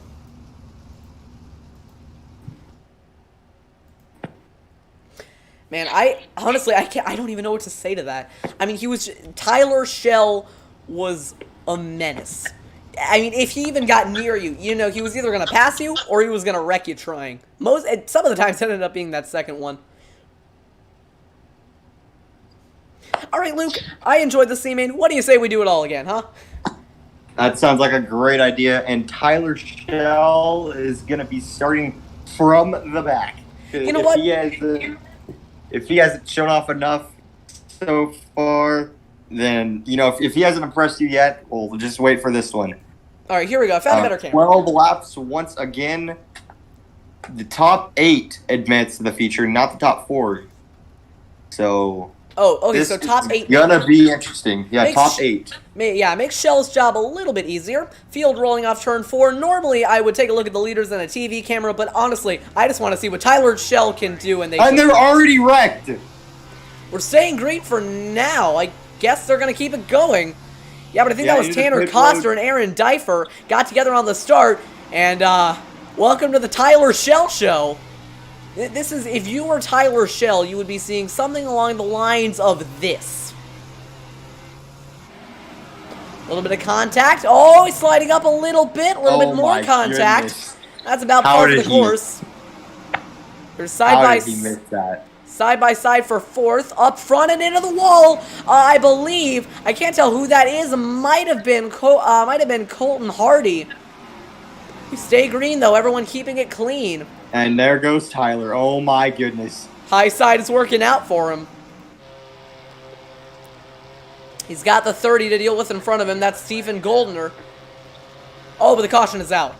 Yellow flag. Caution is out, and Tyler Shell is up into 7th place. It might be higher because iRacing scoring is kind of broken, as previously mentioned. But from the words of Internet Funny Man, What Incarnation, going to twist him a little bit. Tyler Shell is high, and for sure he's been running the top all night long, and holy moly is he putting on a show for us tonight. Pace truck is back down in the pit lane. I don't know why that is. Are we just gonna go again, or what's the deal here? Pace truck? This is what we like to call iRacing moment. All right, that's what we're gonna call this. Oh, okay, Pace truck Hello, is back. iRacing Pace truck. iRacing Pace truck machine broke. Understandable. Have a great day. Lap 3? Yeah, lap 3 of 12. So we're going to go green with 9 laps to go. Yeah, again, Tyler Shell, in like 3 laps, went from 14th to 8th in a short track, on a dirt track, in the 410 sprint cars at Knoxville. He did that. Correction, That's 7th impressive. place, actually. Correction, 7th place, actually, so even more impressive. Okay, Tyler yeah, Shell sure. Absolutely. Seems legit. It is. Do not, if you do not. I hate to bring up the driver, but he is having the talent of, let's call him redacted driver in the sprint cars. Now we know what you're talking about. Yeah, I'm sure you do. He's got the talent of Kyle Larson. Yeah, okay. Yeah, all right. And the face of Kyle Busch. All right, here we go again. Pace truck's going to make the dive into the pit lane. Why even watch the rest of the show when we could just watch Tyler Shell? Green flag is back out. Watch for that bright green 85 on the restart. Swinging it to the top side, already looking at a 3-4 wide move. Down the back straightaway. The field went 4 wide for a moment there. They made it work. Tyler Shell made up spots up top. Meanwhile, Dylan Workman leading away. Shell nearly mounting Goldner for 3rd. Got a little bit of airtime. Back up top, Shell scraping the wall, but he's not even going to lose any momentum. Most of the time we try to broadcast, but honestly, right now I can do nothing but just watch with you at home. This is absolutely a drive. If I think a drive is too much of an understatement for what Tyler Shell has done tonight. I think it is this. I don't even know what to call it. What he's doing right now is absolutely incredible. He's up to 3rd, looking for 2nd. Looking for 2nd. It's not even going to be close. Look at this run on the outside. Cody Olson doesn't even stand a chance. No, he does not. Shell up into 2nd. What do you bet he's not done there, huh? Oh, there's no doubt in my mind. Tyler Shell goes on to win this race. There he goes, he's almost going outside. to clear him. 5 laps to go. He is just... Here's the thing. Tyler Shell has found a way to hop the cushion in a way that helps him. Like, take a look at his car going through the corner. He is just going to be absolutely mounting that outside dirt, and it's working for him. He almost took out the leader. The 05 Workman and almost makes contact, but he's going to keep it off him, and he's going to have a smooth exit. And Tyler Shell goes to the lead. Surprise, no one is. I don't think anyone saw this. I'm going to go ahead and call Tyler Shell's driving style chaotic evil, because that's just what it is. I mean, he is just launching it into every corner. Watch, Workman's going to try and replicate it. And the battle for 8th. is unbelievable. 2 guards just got put in the wall. Joe Isabel, who was in 7th, has now been put in the fence, and he's fallen back to 9th. 2 laps to go. I don't think Isabel has the speed to keep up, and that is going to knock him out of the A-main. I apologize for cutting you off. He might just... No, it's all good, because I'm actually glad that you brought my attention to it. He might still have a chance at it. Cole Cabrini in front. Sliding goes Daniel Zagers off the top. Zaegers cutting back up in front of Cabrini, sliding up. This is the battle for 7th. Final lap. This is not the battle for the transfer. This is the battle for 8th. The final transfer spot, or the here they come off 4. Tyler Schell going to take the victory. And for the transfer spot, Zaegers slow off 4. Isabel with the run. Not going to get it at the line. Cabrini advances into the A-main. Tyler Schell wins the heat. Race over. Tyler Schell, the winner. All right. So we got a 2-minute... Zaegers, the final advancement into the A-main. And now 25 laps for the A-main.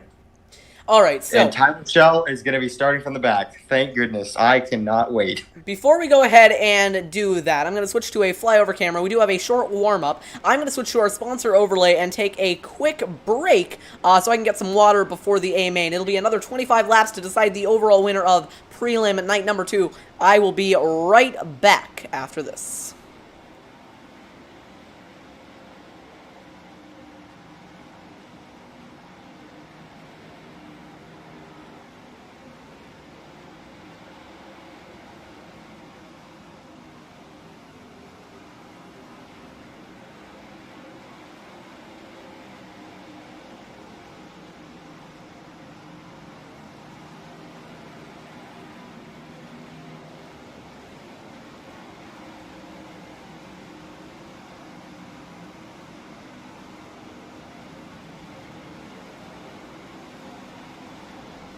All right, I'm back.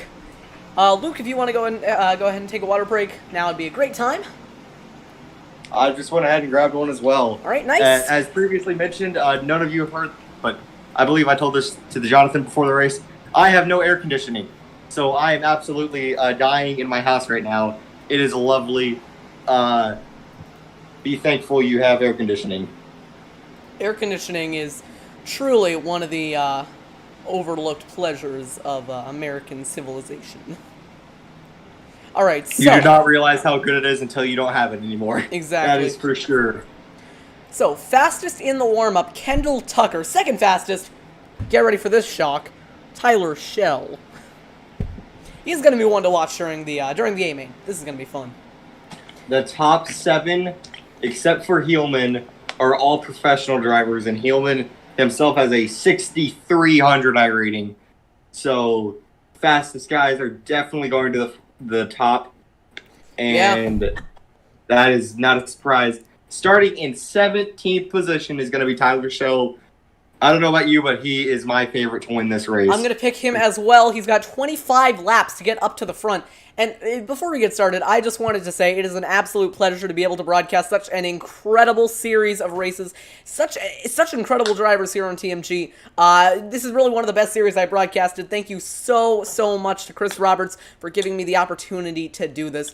Hey, before today, I don't think we've ever gotten a single pro driver on iRacing on TMG. Now we've had 7. So it's been an absolute blast to commentate these first 2 prelim nights. I cannot wait for the Hard Knocks A-main tomorrow night and the main event on Thursday.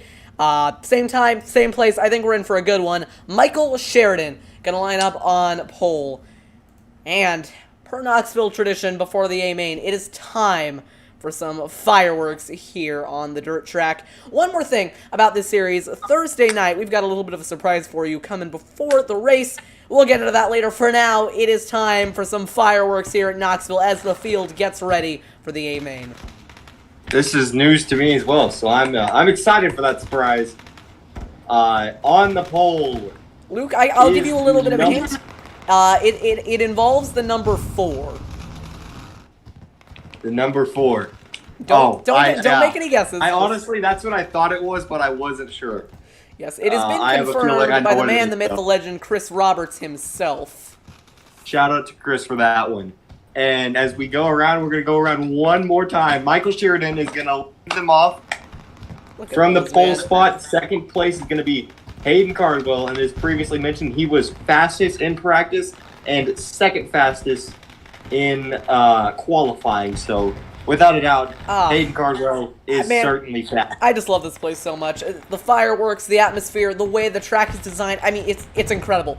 Truly, there is no place like Knoxville anywhere in the continental United States, anywhere in the planet. Knoxville, you are one of a kind, and I hope we have Knoxville Raceway around for many, many years, decades, and maybe even centuries to come.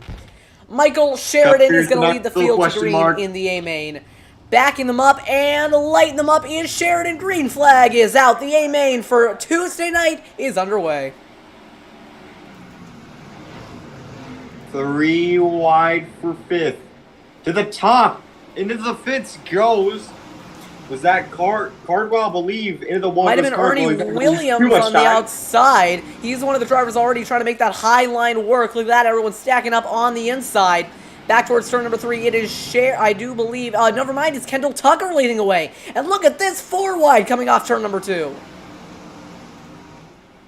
I mean, to be fair, I shouldn't be surprised. Some of the best drivers in the world, especially on iRacing, are battling it out here 3 and 4 wide. I mean, that's just Tuesday for these guys. And of course, here he is, Tyler Schell, trying to make that inside line work. 3 wide on the bottom, making up some spots. 17th.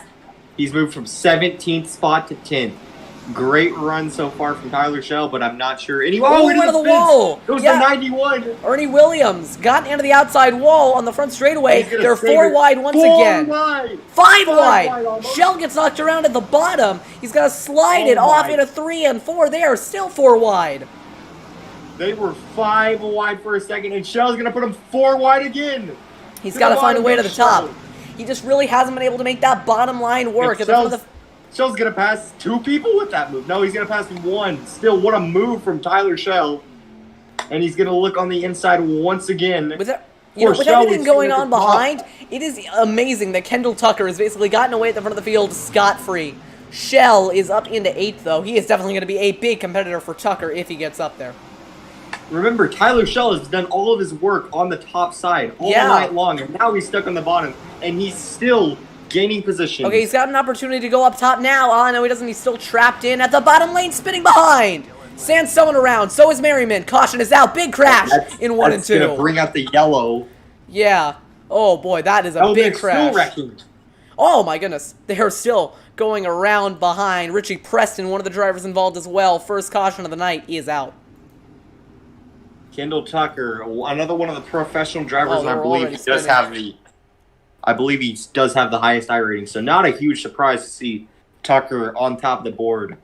Another not so much of a surprise is the move that Tyler Schell has made. He's gained 10 positions. Yeah, that's right.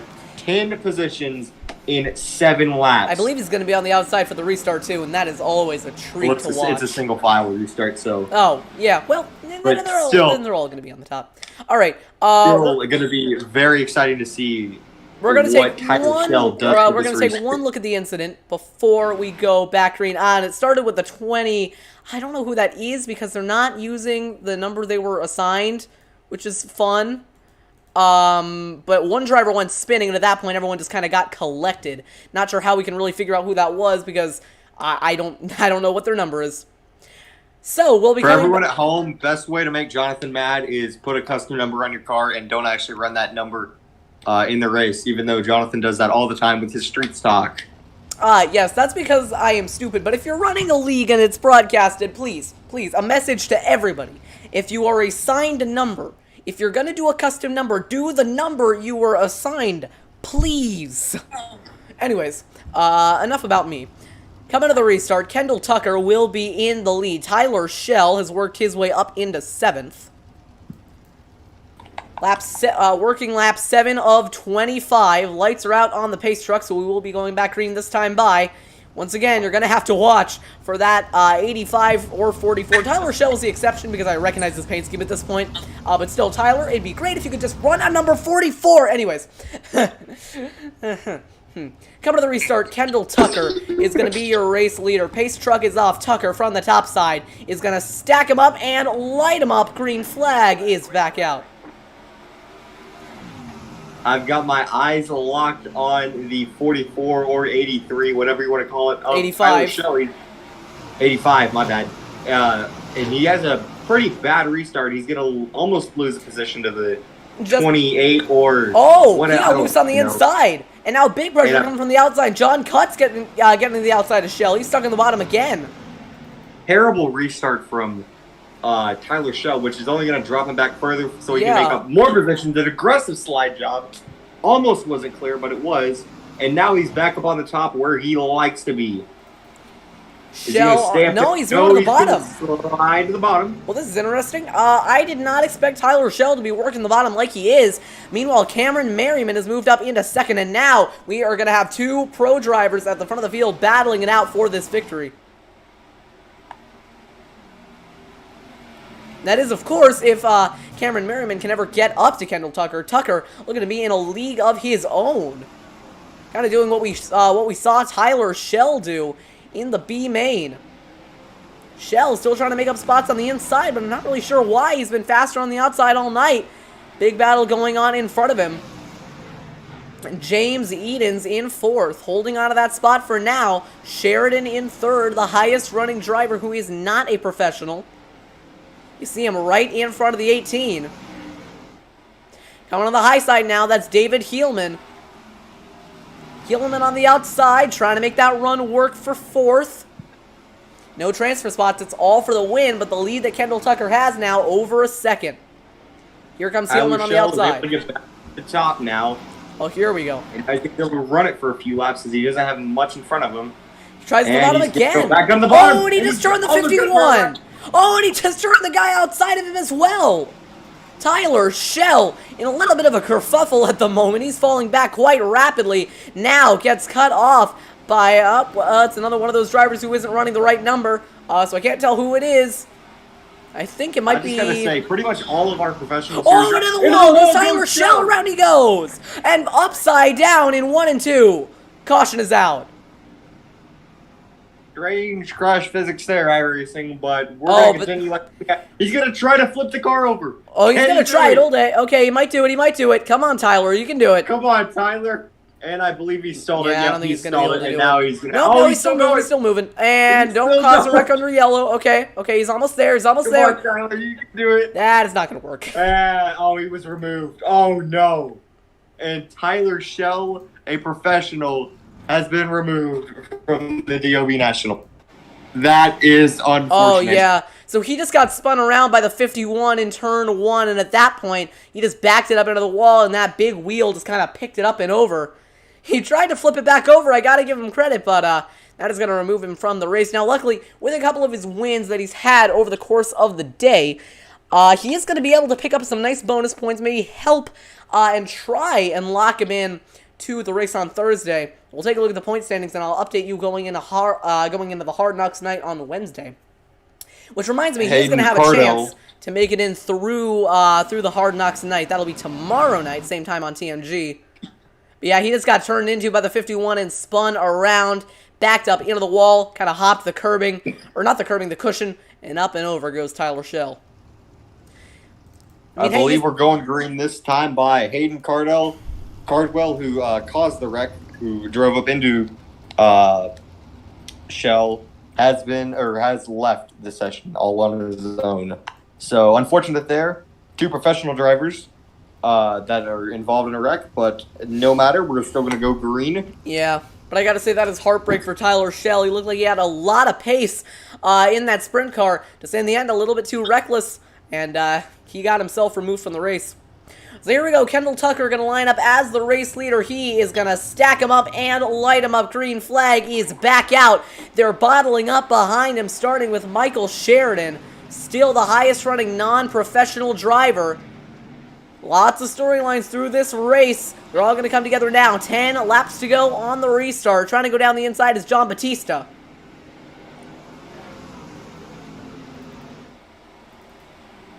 Kendall Tucker is gone. He's got a little bit of a challenge behind him from Merriman, but I don't think it's going to be that much. Hillman trying to make something work on the outside lane. Not going to be able to get the run off 4. I got to say, just as the track gets rubbered in. Oh, sorry about that. As the track gets rubbered in, looks like maybe the racing just kind of cools down a bit, but never mind. Here comes Helaman trying to make a run on the outside. At the front, Tucker is, at this point, basically gone from the field. Helaman, big run coming up the top side. Gonna try and get Sheridan through 1 and 2. All the way up to the cushion, trying to make it work for him. He's gonna get the run. Sheridan gets loose at the bottom. Helaman up in a third. He's got second to look after now.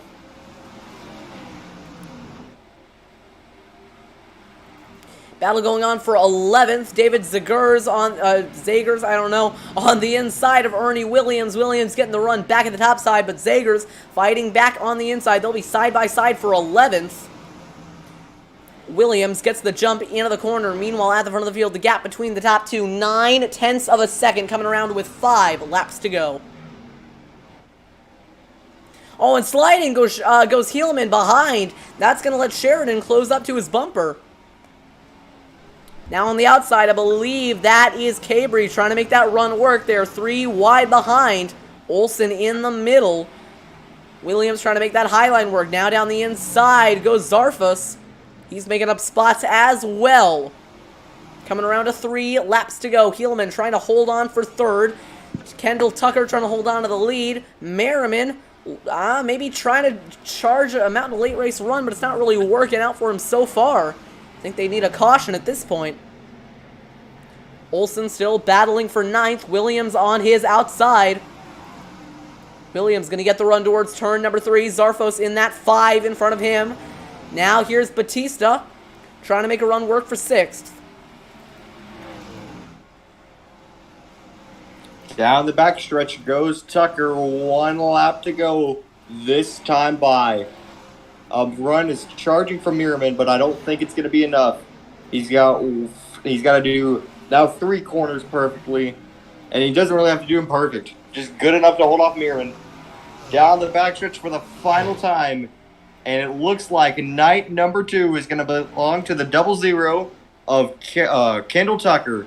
Tucker's going to win the A-main. So Kendall Tucker taking home prelim night number 2. Fireworks going off here at the Knoxville Raceway. Got a little bit dull towards the end there, and I gotta say that might just be a factor of the track starting to get rubbered in. You see the fireworks going off in the back straightaway. Good win for Kendall Tucker, one of the pro drivers coming into this race. Heartbreak, though, for Tyler Schell, who's looking so fast in the mains he competed in and in his heats. But in the end, he was not able to close out the victory. What a story that would have been, though, if he was able to fight his way back from a pretty mediocre performance in the heats for the race, all the way back up trying to fight for the win, but in the end, it just wasn't meant to be. It is Kendall Tucker taking home the victory.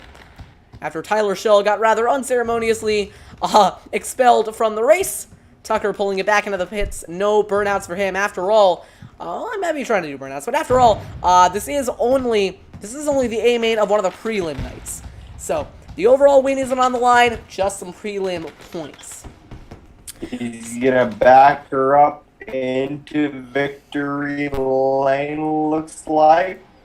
Looks like that's what he's trying to do. Here we go. He is going a little bit too far. There he is.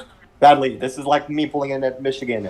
And there you go. Kendall Tucker is your winner. And let's go ahead and give a shout out to the Pepsi logos spread around this racetrack. Shout out to Knoxville for including the greatest soft drink in the world as not their sponsored. track sponsor. We are not sponsored. Not sponsored. Just saying how good Pepsi is. Kendall Tucker is your winner. So congratulations to Kendall Tucker. He didn't really have much competition. He's definitely going to be one of the favorites to watch out for as we head on further in the week. We're going to cut away for just a moment, and we will be back with the post-race interviews we can do, and then our closing thoughts.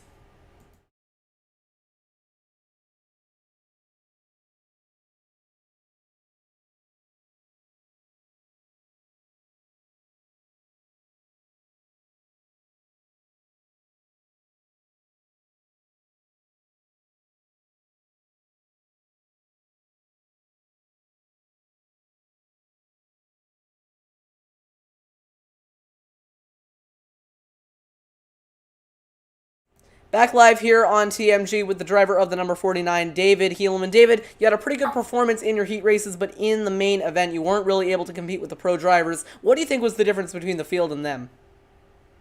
Yeah, we couldn't make any moves early in those first 5 laps, and that just allowed other people to get by us. And then, once we kind of single filed out, I wasn't really going to move forward. And I don't know, didn't feel too good at the end. If the race would have been a little longer, I probably would have fell back a couple spots. But I guess we'll take it. Anything else you maybe could have done differently to try to maybe challenge for the lead or maybe even the top 2?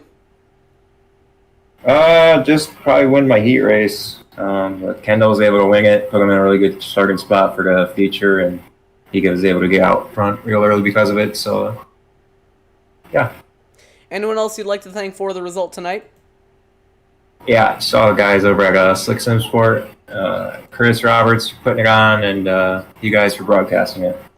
All right, well, thank you, David. Congratulations on your 3rd place finish. Now, unfortunately, it doesn't look like we're going to be able to interview any of the top 2, including your race winner, Kendall Tucker, because they are not currently in our Discord server, and that is basically the only way we have of doing post-race interviews. There is one other person in the Waiting for Interview channel, but I don't actually know who it is, so I don't really know what questions we would be able to ask them.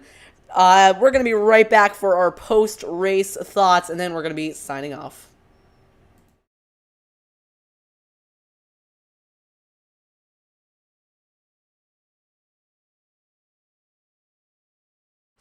So in the end, it was Kendall Tucker taking away the victory in prelim night number 2.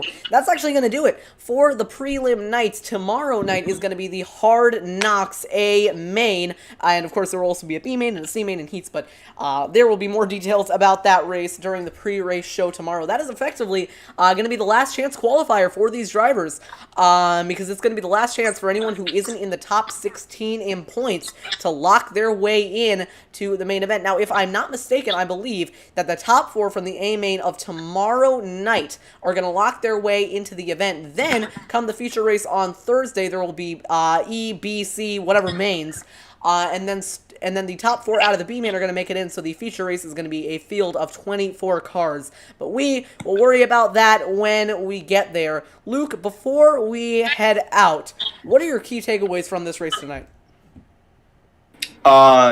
For sure, the pro drivers from here on out are going to be the guys to watch on Thursday night. Keep an eye on Tyler Schell, as if he does make it into the Thursday night main event feature race. God, the voice cracks are back. I've been kind of abusing my voice, kind of like Tyler Schell was abusing the cushion, so I'm pretty beat out after that one. So excuse any times when my voice sounds like this.